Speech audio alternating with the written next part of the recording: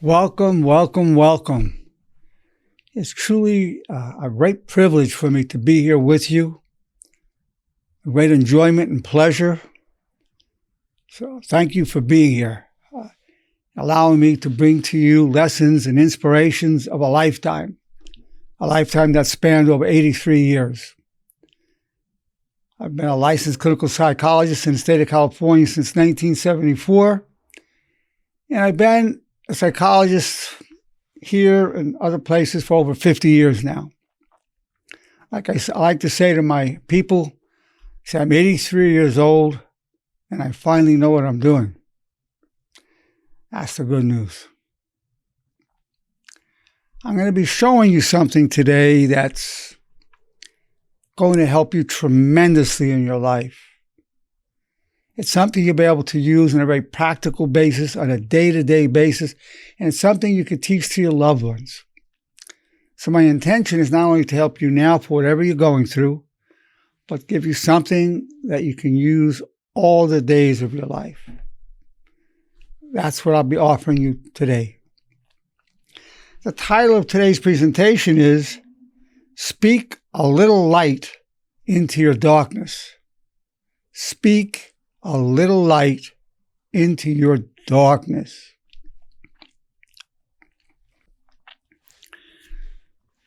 In life, we all suffer. We struggle, we suffer, we rise above it, we transcend, we have joys, we have sorrows. The good news is that suffering and happiness are both fleeting, but honor is forever.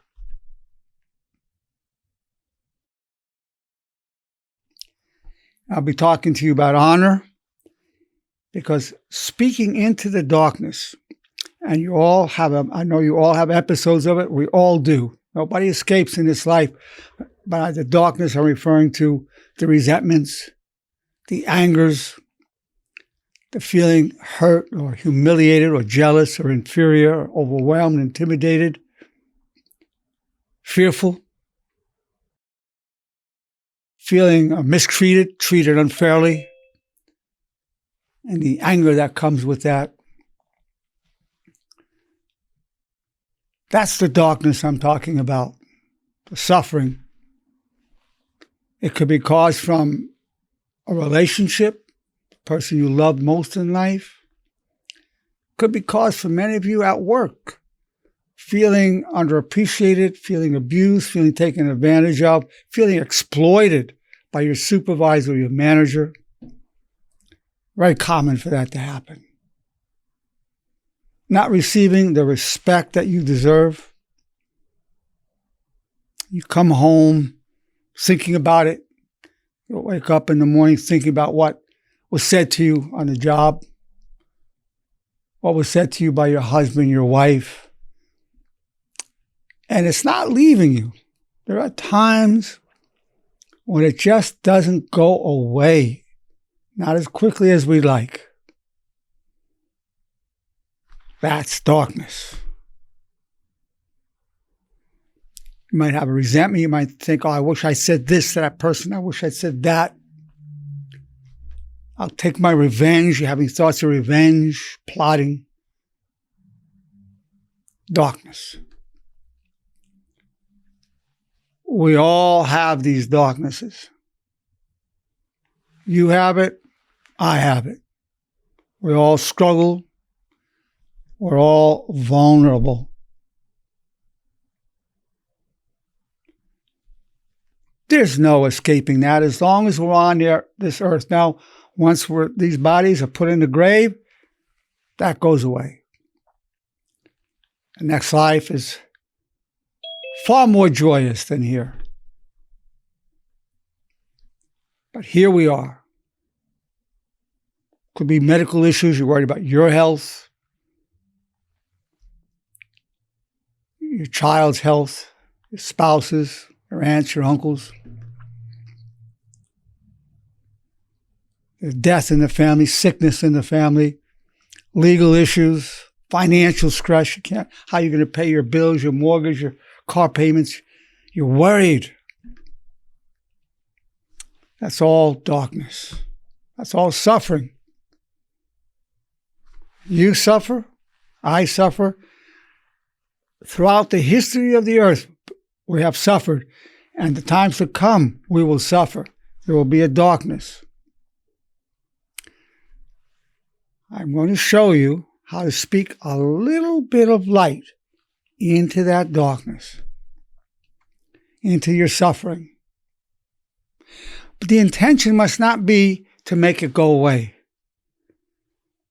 to destroy it, to wipe it out, to negate that negativity, to escape the negativity. No. This approach is a matter of balancing it. I'm going to give you thoughts in a way to balance it.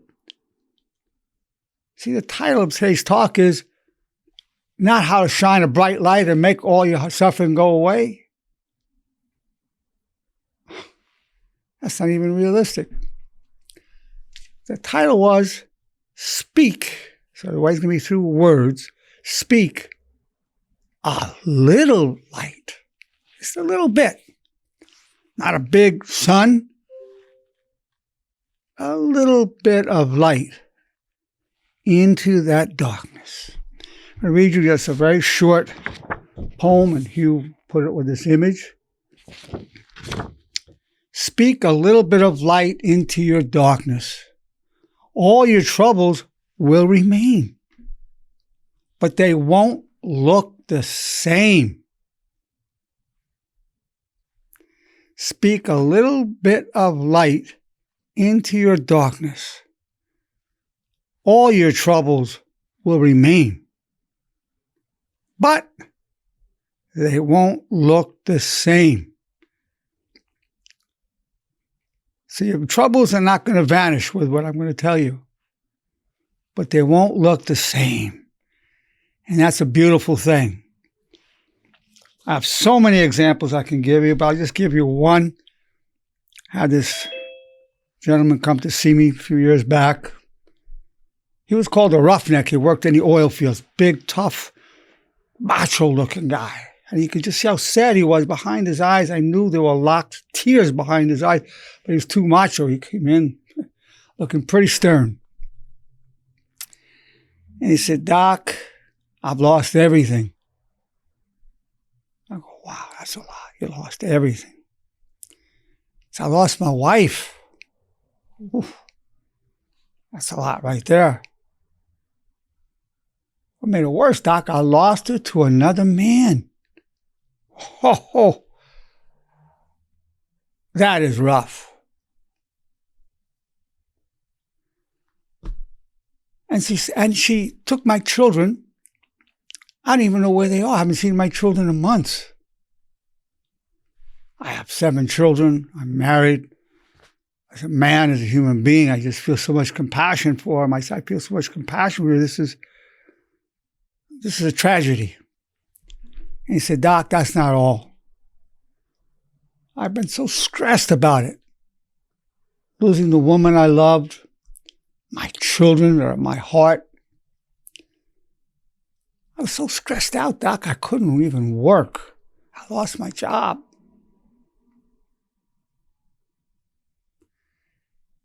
And as a result, I couldn't make the payments on my house. I lost my house.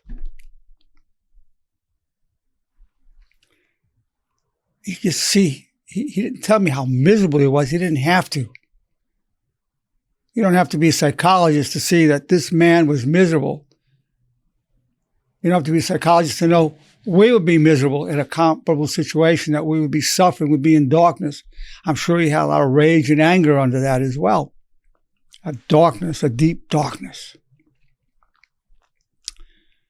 But I'll show you how I taught him to speak a little bit of light into that darkness. It was very effective. I said to him, as a man, as a human being, I feel tremendous compassion for you. That's a tragedy. Everything you just told me is huge, huge. Whatever I'm going to say to you, I don't want to diminish the reality of your loss. Any normal human being would be suffering in your shoes, myself included. But what if I told you there's a best true story you can tell yourself about this situation that will give dignity, nobility, and honor to your life? I said, Doc, what can that be? I lost my wife, my kids, my job, my house. What? So you ready for the healing medicine? Are you ready for a little bit of light to shine into your darkness? Yes, I am, Doc. Here it is. I've lost everything, but I found myself.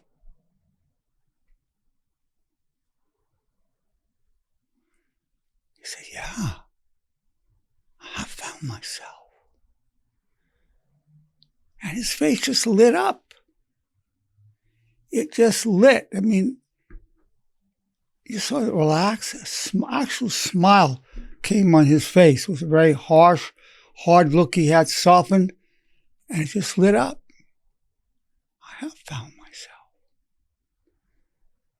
His eyes lit up. It was like a light coming off of his face.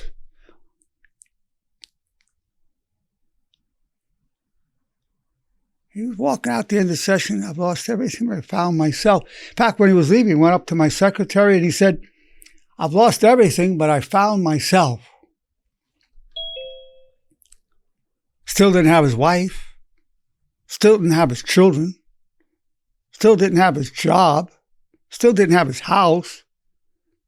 The troubles were all still there, but it looked different. It looked different. The troubles were still there. After we shined that little bit of light into his darkness, the troubles were still there. He still didn't have anything. But he had a different perspective. And that's what I want to bring to you today. And that's one of the ways of shining a light, of speaking a light into your darkness, is to ask the question, what's the best true story I can tell myself about this problem? And whatever your loss is, there's always a gain. Always a gain. Always a gain. I could tell you story after story about people, about myself, on and on about this to make that point. I know for 100% certainty, no doubt, you can speak light into your darkness. Beyond any shadow of a doubt, you can do that. That's the good news. I'm going to give you a few more. Then at some point, I'm going to open up for a discussion with our wonderful, wonderful people that are here this Christmas Eve.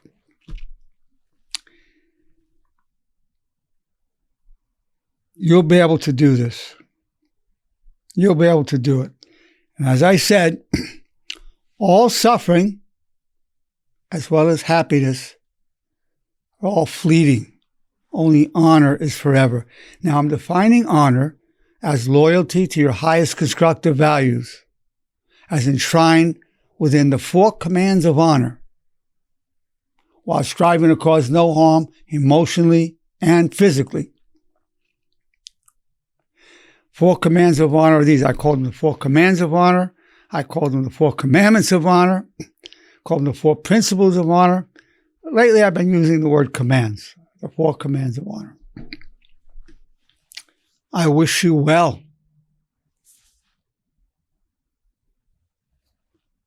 I take full responsibility for co-creating my reality and my problems. I'm grateful for the power I gained from hardship.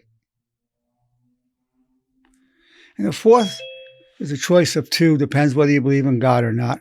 If you don't wish to address God, you don't believe in God, I seek always to serve my highest values. If you believe in God, as I do, it's God, your wish is my only wish. Now, for this to really work effectively, to get the optimal results, you need to say it 3 times a day for all the days of your life. This is actually going to prevent the darkness from even entering, as well as giving you a way to shine a little light into the darkness. 3 times a day for all the days of your life. So then I want you to raise your right hands and repeat this pledge after me. As a disciple of honor, I pledge myself for all the days of my life to the 4 commandments of honor, and I'll teach them to those I love. I'll repeat them every morning, afternoon, and evening, and I'll listen to myself recite them. Welcome to the way of honor. Welcome. You ready, honorable people? This is a program, a way of life to make good people even better. Then we want to optimize the probability that you're going to apply these commands of honor in any situation. So I created what's called a bridge. It's a bridge between the realm of honor and the reality of life. And the bridge is this. What is the most honorable thing to think, say, and do? What is the most honorable thing to think, say, and do? So you're saying that 3 times a day for the rest of your life. 4 commands of honor and the bridge. 3 times a day, all the days of your life. And you have that as a legacy, or it's passed down with your progeny, and your descendants learn that, and they might say, well, we learned this way of honor from our great-great-grandfather Jose. You want that as your heritage. So first, we're going to deal with when your darkness comes from anger and resentment. So you have a thought about somebody said something that you felt insulted or offended or hurt. And you want to just say something nasty back. You might want to even just slap the person. You think, gee, it's not the first time you've done this. You've been disrespectful to me before. So you want to slap your face. Know this, that thought of anger is not you. You're not responsible for it. And why do I say that? I can prove it's not really from you. You didn't choose it. How can you take any responsibility for being upset like that, angry, and that darkness? You did not choose that darkness. You did not choose to suffer that way. It's based on your family upbringing, societal norms, your genetics. You have no responsibility for it at all. None. Nada.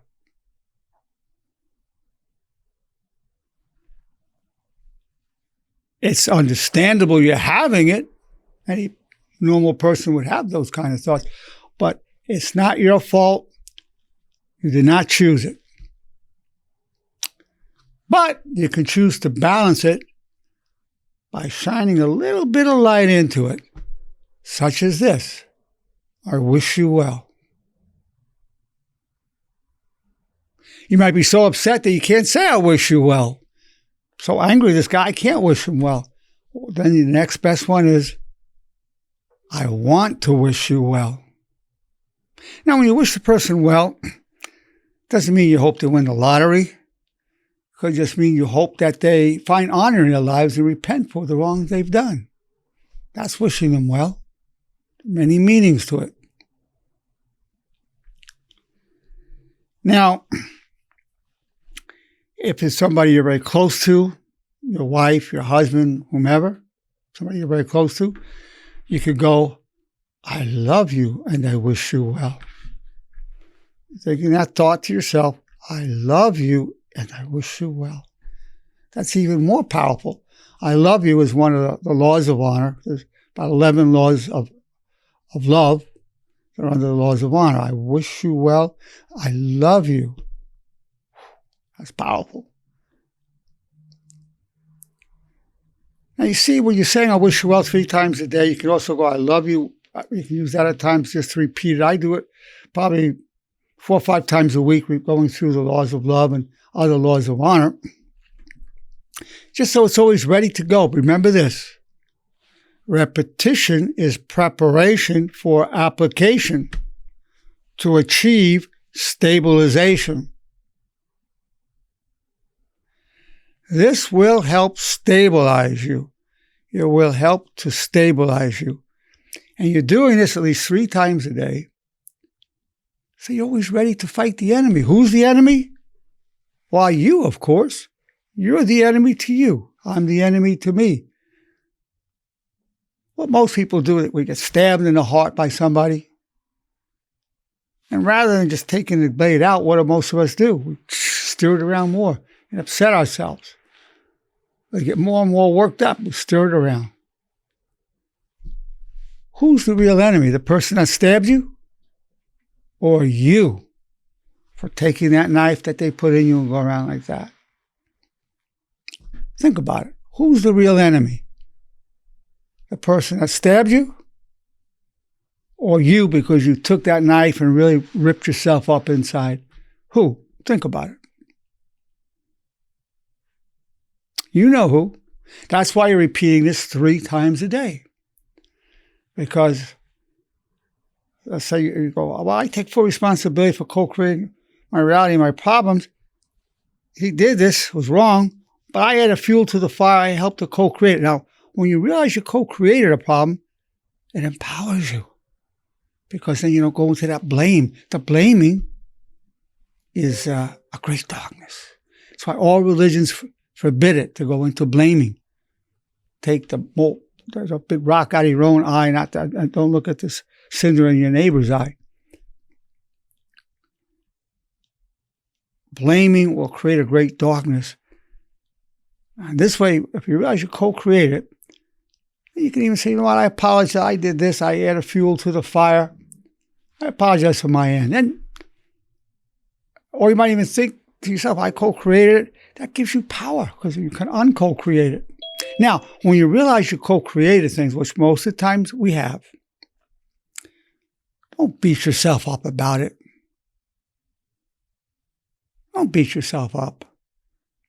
Just recognize the power and be happy that you can repeat that and use that power of that knowledge to bring light into your darkness. Alleviate your suffering, your stress.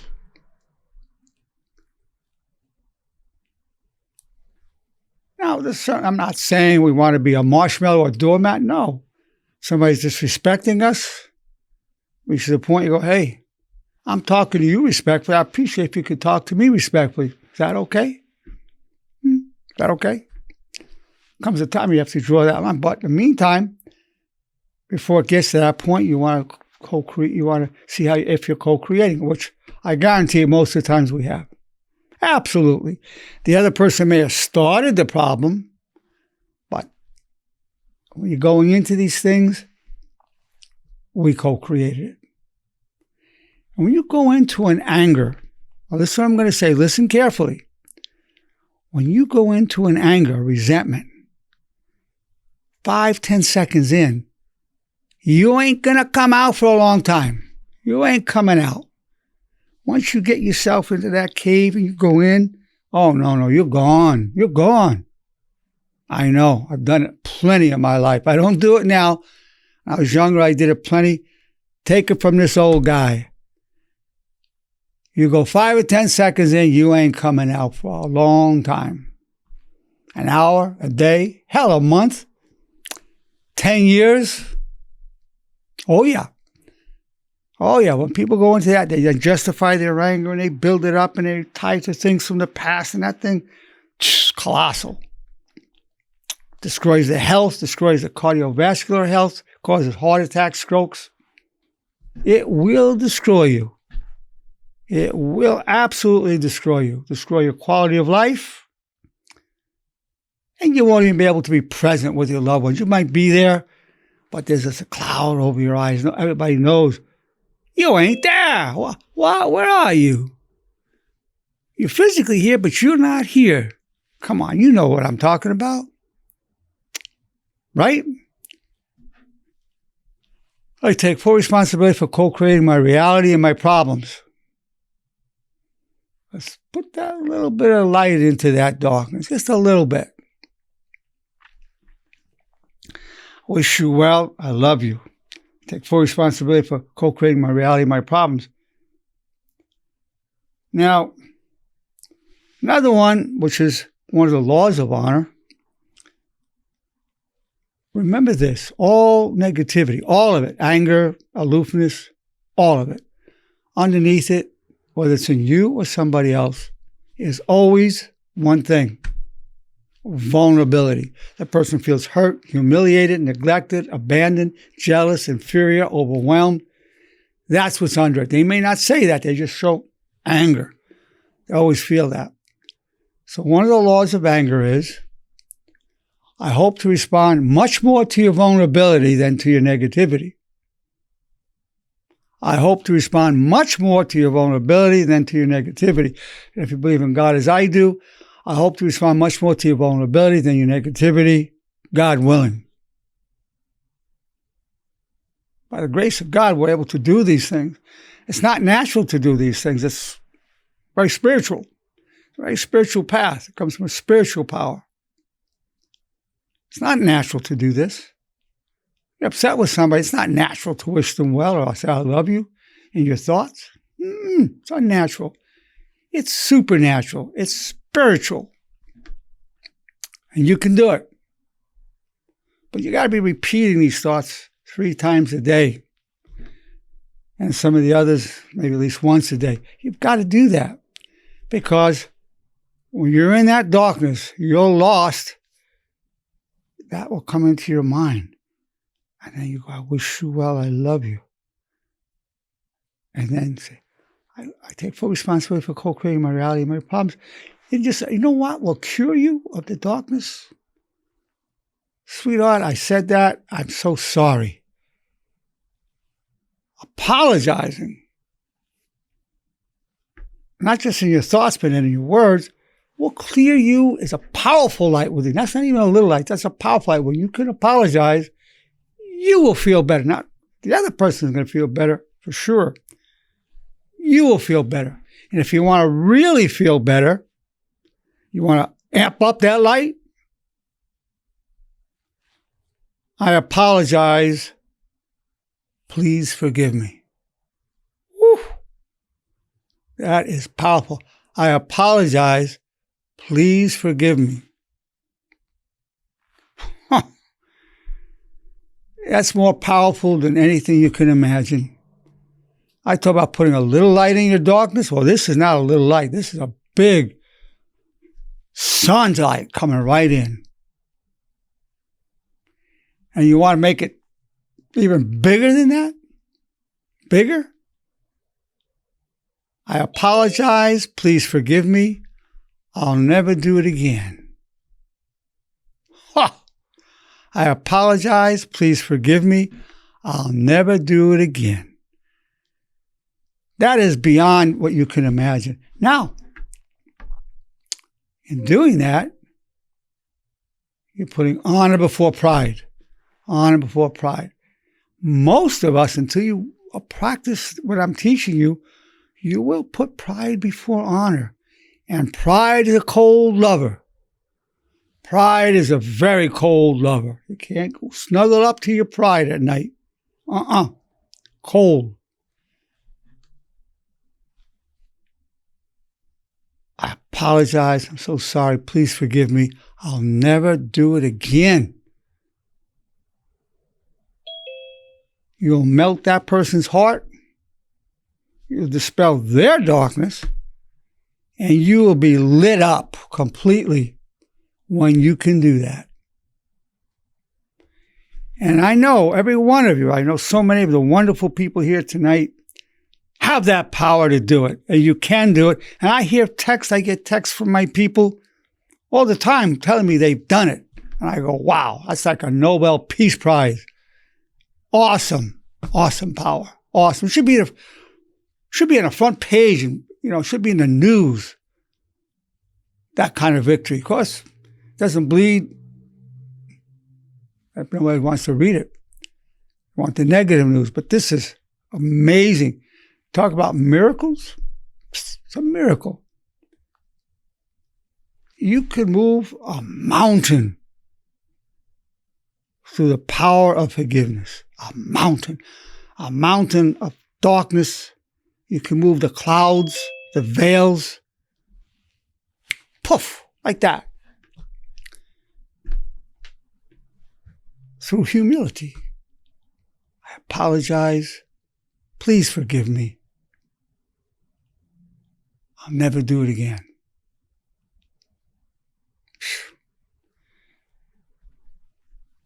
This is a way of life, my dear people, a way of life. And I want you to have this. I hope you're writing this down. It's a way of life. I want you to always have it. I want to help you with your suffering, with your darkness, with your misery, which is inevitable in life. Inevitable. Everybody, you can see somebody walking down the street smiling and laughing with his friends. That guy gets miserable from time to time, depressed, anxious.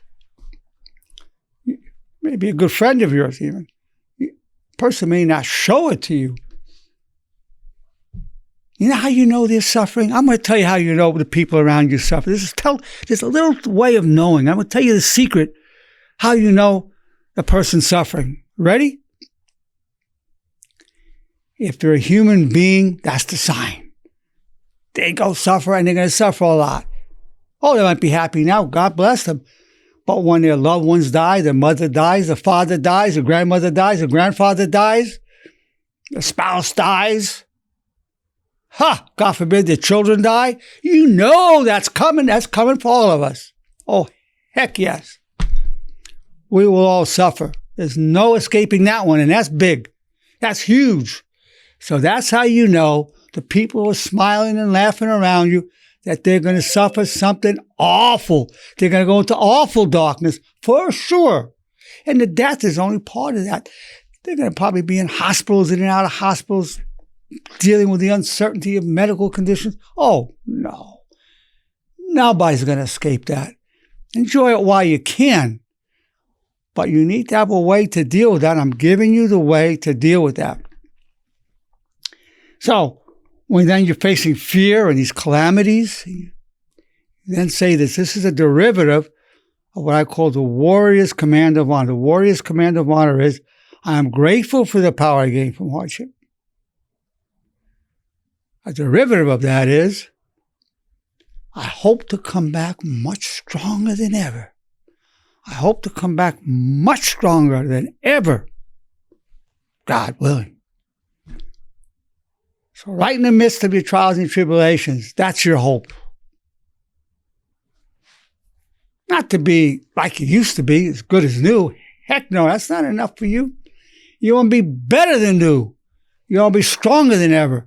And this knowledge you have here that I'm giving you will make you stronger than ever. It's very simple. I'm not telling you anything you don't know. You already know everything I'm telling you, you know. All I'm doing is shining a light on it. And for instance, with your commands of honor, they're not a mantra. That's not an affirmation. You're commanding the honor that's already within you to rise into consciousness, into thoughts, words, and actions. That's why I call them commands. Why I call them commandments. Commanding what's already within you to rise into consciousness.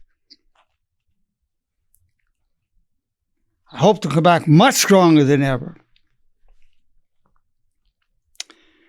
And we have worry and fear. I'll be fine. I'll be fine, God willing. See, right in the middle of it, you're fearful. You're so worried. I know so many of you worry. You can't even help yourself. I'm not asking you to try to stop worrying. You can't help it.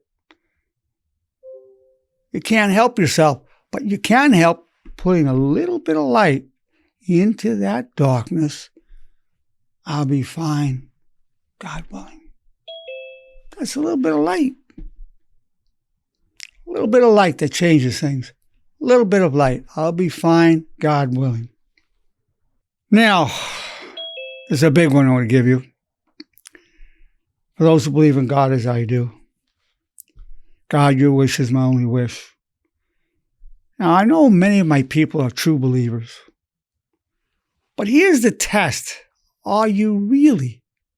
Because if you are, you'll be able to use this. If you're not, you won't be able. What I'm about to tell you, you won't be able to do unless you have that faith. It can be done.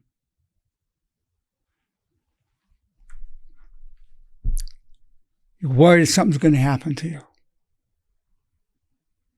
Could be you're afraid you're going to die. You're not feeling well. You're getting this pain over your heart. You feel fearful. You're worried. You want to stay alive. You want to live. You've got children. You've got grandchildren. You just want to stay. You're scared. God, your wish is my only wish. God, if you want to take me now, I truly want to go. I'll serve you in the kingdom. I truly want to go, Lord. Take me. But Lord, if you want me to serve you here, you want me to stay longer here to serve you, I want to stay here to serve you longer. Yes, I do. But Lord, if you have no preference, I prefer to stay and serve you here, if that's okay with you. If you can't go here, you're just going to be scared. This doesn't totally cure the fear, but it helps a lot. You've got to take it right on. And I'm not just talking. I've walked the walk. When I had prostate cancer, it was 18 years ago, I did it. I said, God, if you want me to go from this cancer, I want to go. You want me to stay here and serve you? I want to stay here and serve you. If you have no preference, I prefer to stay here and serve you. And I was at peace. People were amazed how at peace I was. Yeah. I was very happy, actually. In fact, when the doctor told me, Dr. Nerenberg, you have prostate cancer, it's not a small amount, it's an intermediate amount, and it's somewhat aggressive, a Gleason of 7. My face went numb. About 10, 15 seconds later, I said, Doc, that's great. He looked at me. I think he was shocked out of his mind. I said, what did you say? I said, that's great.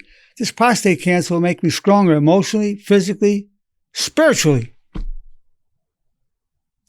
And when I left his office and I walked out, not knowing how long I was going to be on this earth,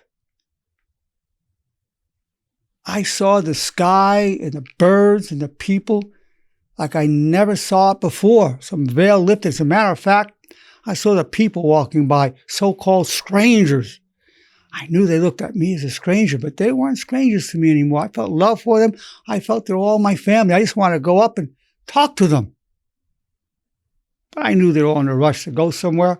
They would think I'm a madman, so I didn't do it. But I wanted to. That veil lifted, and that veil never came back on completely. I still look upon people that way, 18 years later. And by the way, and not only was empowered spiritually and emotionally, I took the title strongest drug-free man in the world for my age and weight when I had that prostate cancer. Now, it hadn't metastasized. They got out my prostate. It hadn't spread. Thank God, I've been good to go. But I'm only telling you this story to know that it can be done. I did it, and I know you can do it.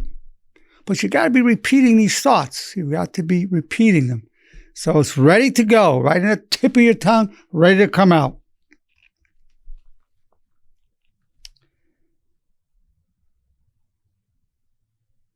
Well, that's how to deal then with your angers, your resentments, how to deal with your fears, your worries. It's been a lot. I've given you a lot. And it's been my privilege to give that to you. Absolute privilege for me. So grateful that I could pass this on to you. For your sake and your loved one's sake, I really hope you'll apply this knowledge, not just for now, but forever.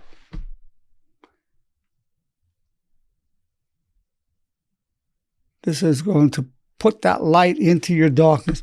Now, we have a wonderful group of people, lovely, lovely people. And I'm going to open it up for discussion for any comments or questions that you have. Because I want you to know that as much as you benefit from what I had to say to you, you benefit even more when you hear each other. So I know some of you are shy, but I want you to speak up. Not because I want you to speak up, but because the other people want to hear from you so they could feel less alone and part of a powerful community. So I'm turning it over to you. Whatever comments or questions you have. We always have Hugh asking great questions and making great comments. Hugh, what is it you'd like to say? It's extremely difficult to be positive while you're in the darkness. Yeah, that's the point. Hugh made a great point, as always, every time he always does. He says it's extremely difficult to be positive when you're in the darkness. It's more than difficult. It's impossible unless you're practicing what I taught you. You have to put honor before everything, honor before life itself. You're no longer looking for happiness. You're looking for honor, which turns out to be the foundation of true happiness. When you walk this path, which involves repeating the 4 commandments of honor 3 times a day, with the bridge 3 times a day, and knowing some of these other laws, you practice it, and you can do it. Because you're ready. You're ready for the battle against you. That's the main battle. It can be done. But if you're not practicing it, you won't be able to do it. Just hearing me tell you now, forget it. You might as well not have been here. You won't be able to do it unless you're repeating these thoughts every day, all the days. And you know how long it takes to do your 4 commands of honor? 8 seconds. The bridge, 4 seconds. That's 12 seconds a day. And you don't have to go to a building or a room or a shrine. You could be taking a shower. You could be sitting on the toilet. You could be driving. You could be anywhere. Repeat them. That's why it's good to memorize them. You don't have to. That's the beauty of it. That's completely the beauty of it. Good comment, Hugh. I want to open it up to the rest of you wonderful people. I want to hear from you, for your sakes, not for mine, for your sakes, to make a comment or ask a question. Hey, Dr. Nerenberg, this is Bert. Bert, I didn't even think you'd be here. Good to hear from you, Bert. Yeah, no, I thought it was a wonderful topic, right? Speaking light into your darkness. You touched on so many things, and I think it was a lot to digest, but what really just stood out to me in particular was the metaphysical part of speaking light, right? There is an energy, there is a vibration when we speak light, when we speak love, when we speak happiness, when we speak all of these things into our circumstance, right? It's the catalyst for our healing. It's what is the catalyst for the change. And I think that being able to kind of start those things in motion by the things that we say, whether we believe them or not at that time, I think that it makes a huge, tremendous difference and gives us a little bit of momentum. So again, I think speaking light, speaking love, speaking happiness, speaking any of those things into your pain, into your darkness, it's an amazing thing to share with the people. Well, Bert, by the way, I think you're amazing. I think you do an amazing job with the people, sharing with them this great way of life that we follow. And you're certainly a living example of somebody who lives this. I've known you for, a year and a half, 2.5 years now, and I've seen you walk this path beautifully, absolutely beautifully. So you're very equipped to teach it because you live it. It's not just something we talk about. You and I live this. So thank you for adding that, Bert. It's a wonderful, beautiful vibration to speak into the darkness. That's exactly what we're doing. Now, for those who believe in God, there's another derivative of the warrior's command of honor, and it's this. God, I'm extremely grateful for the gift of trials and tribulations that bring me closer to you. God, I'm extremely grateful for the gift of trials and tribulations that bring me closer to you. The hardships we go through are a gift. The suffering is a gift. It helps detach us from the material world and realizing there's no true peace and happiness in the material world that comes from the spiritual world. That's a gift. And if we don't suffer, we don't seek God as much. We don't seek the way of God or our spiritual identity or the divine will without that suffering. And without your suffering, without my suffering, we can't possibly become wise. Wisdom depends on going through suffering.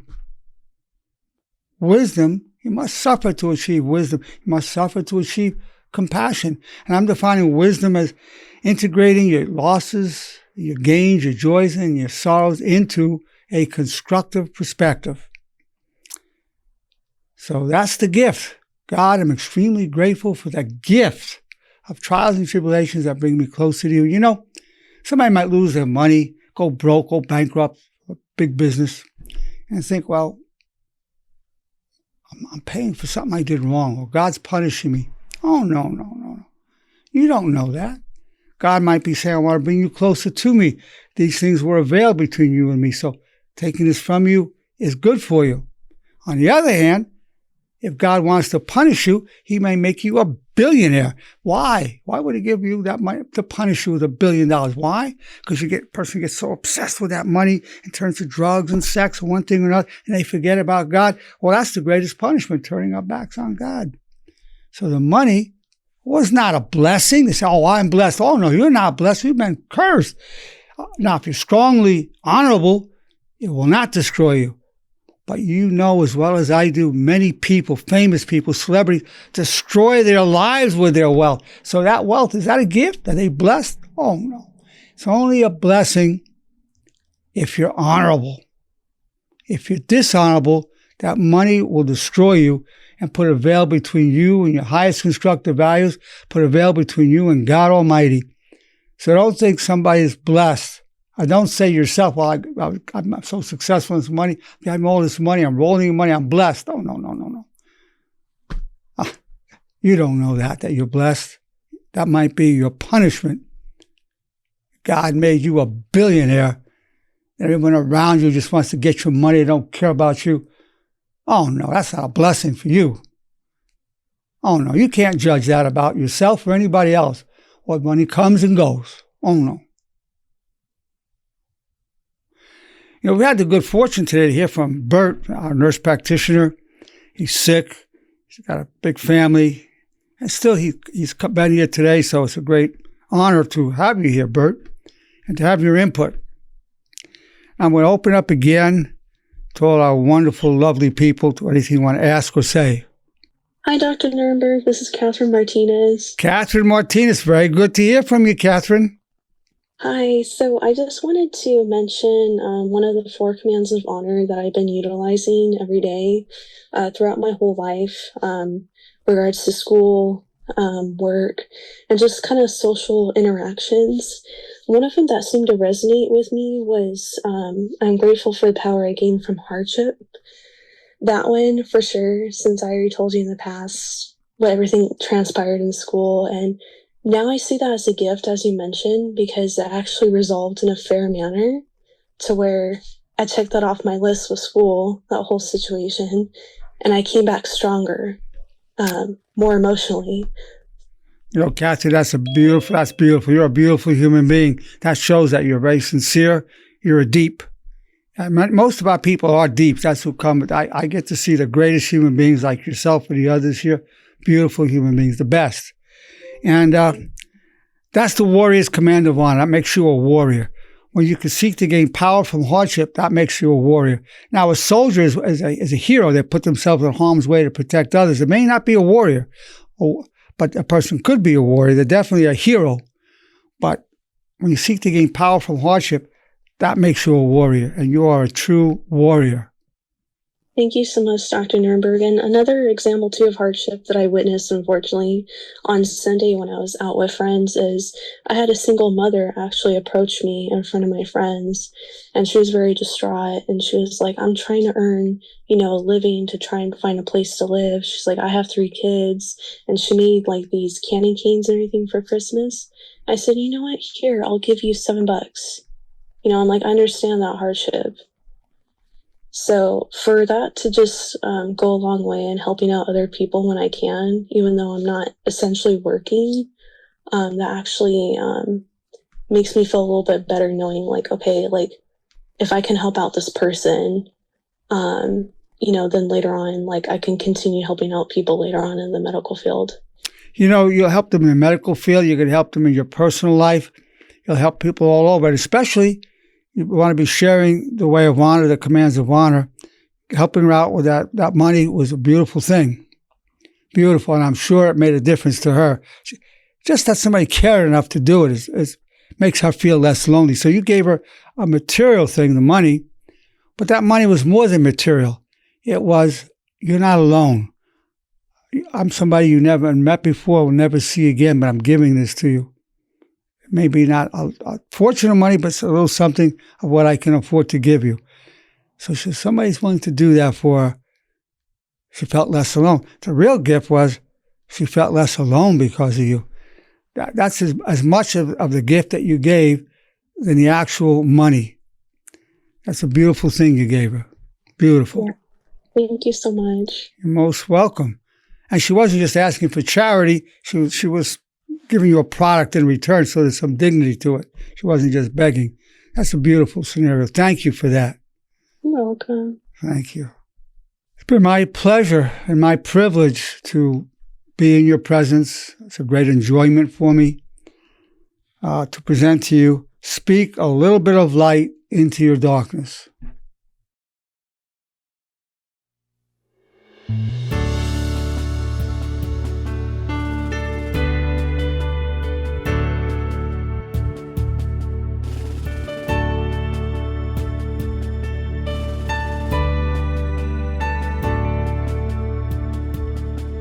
The sea of destiny is in your deepest struggle. God's will and mine be one, and I wish you well. You are co-creator, respectfully real. There's a way in the valley that turns weakness to steel. We're known through all eternity. From strife we gain power, clothed in grace and love, disciples of honor. All the days of our lives refuse the way of shame. We wish nobody harm, have no one to blame. Your high calling will be done, and pure eyes now glow. In darkness crave the good, like waters from the desert flow.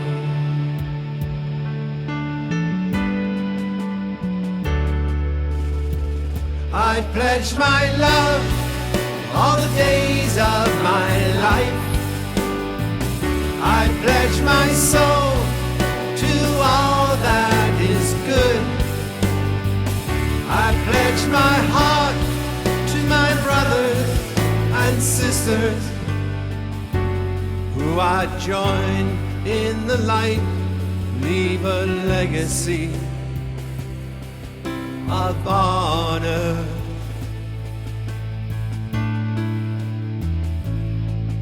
We're known through all eternity. From strife we gain power, clothed in grace and love, disciples of honor. All the days of our lives refuse the way of shame. We wish nobody harm, have no one to blame. Your high calling will be done, and pure eyes now glow. In darkness crave the good, like waters from the desert flow.